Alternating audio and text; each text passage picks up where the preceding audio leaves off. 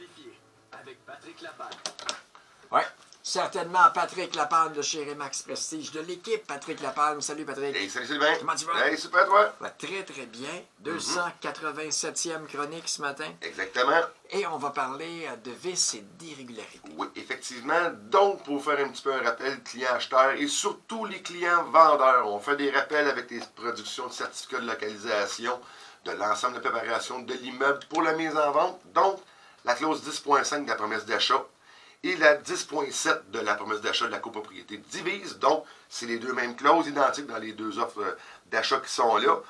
La clause pour éviter les mauvaises surprises, donc, c'est la découverte de vices et irrégularités suite à la réalisation des conditions, mais on n'a pas encore passé chez le notaire.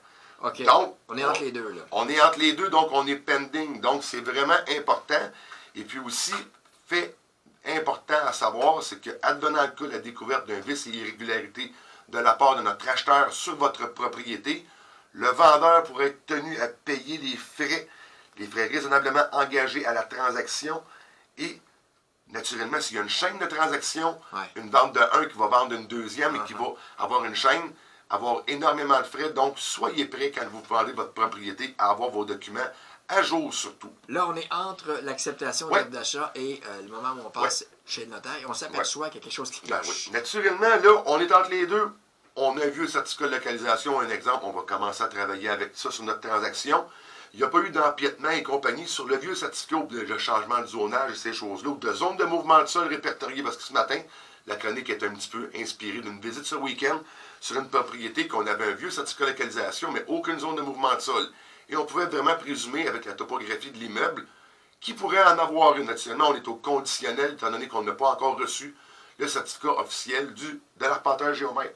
Donc, advenant le cas qu'on aurait fait un offre d'achat sur la propriété, on réalise nos conditions, inspection, financement, test d'eau, vérification d'installation septique, nommez-les, votre zonage que vous désirez faire avec la propriété. On a une promesse d'achat acceptée, nos conditions sont entièrement réalisées, donc on est réputé vendu.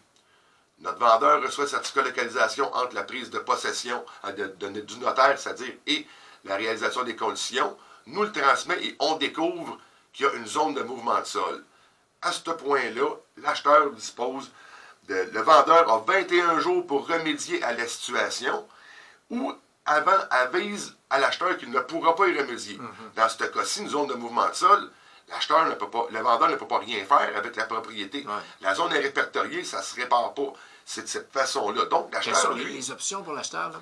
L'acheteur, là, dans ce cas-ci, son option, c'est d'acheter dans l'état qui est là, mais on va renégocier le prix en conséquence, ça c'est sûr et certain. Est-ce qu'il peut se retirer? Il peut se retirer, effectivement, c'est là que la clause va se retirer. Puis s'il se retire, venant le cas, il a engagé les frais d'inspection, les frais de financement et toutes ces choses-là à l'intérieur de ça. Il pourra les réclamer au vendeur. Donc c'est très important quand ça ne peut pas se modifier par le vendeur. Donc, il va avoir des frais. C'est clair que le vendeur va avoir des choses à payer à l'acheteur. Et d'autant plus s'il y a une chaîne de titres, il y a une propriété qui s'en va dans un acheteur, dans l'autre, dans le vendeur, et 2-3 propriétés comme ça, et on voit ça fréquemment. Les frais peuvent monter très rapidement. Et le vendeur n'est pas au courant, mais doit et devrait toujours être prêt pour sa mise en marché. Mais il peut y avoir des corrections qui peuvent se faire. Un exemple, on verrait un empiètement d'une corniche sur le terrain voisin. On pourrait aller corriger ça avec le notaire et faire des servitudes. On a des vues illégales.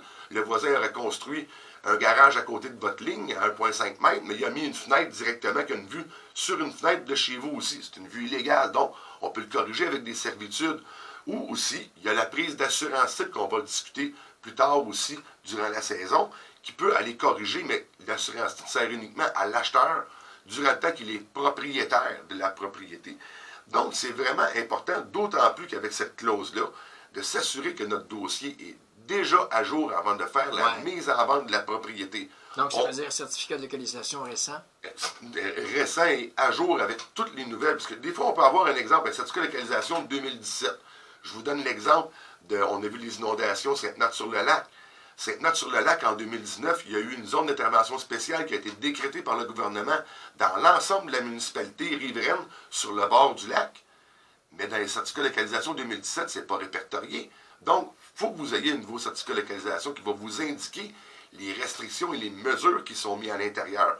pour ne pas naturellement avoir de surprise. Vous êtes peut-être mieux de retarder votre vente de quelques semaines et peut-être quelques mois pour avoir vraiment votre dossier à jour, pour vous éviter, si vous avez naturellement des doutes sur votre certificat de localisation et sur l'ensemble de l'œuvre qui est là pour ne pas avoir des frais à payer encourus, et surtout dans une chaîne de titres qui pourrait vous coûter des milliers de dollars. Patrick, si on veut te joindre ou réentendre les chroniques? Bien, facilement au 450-499-5544 sur la chaîne YouTube Équipe Patrick Lapalme. Tout est disponible sur le Facebook. Tout est là. Patrick Lapalme, un but, une passion. Vendu.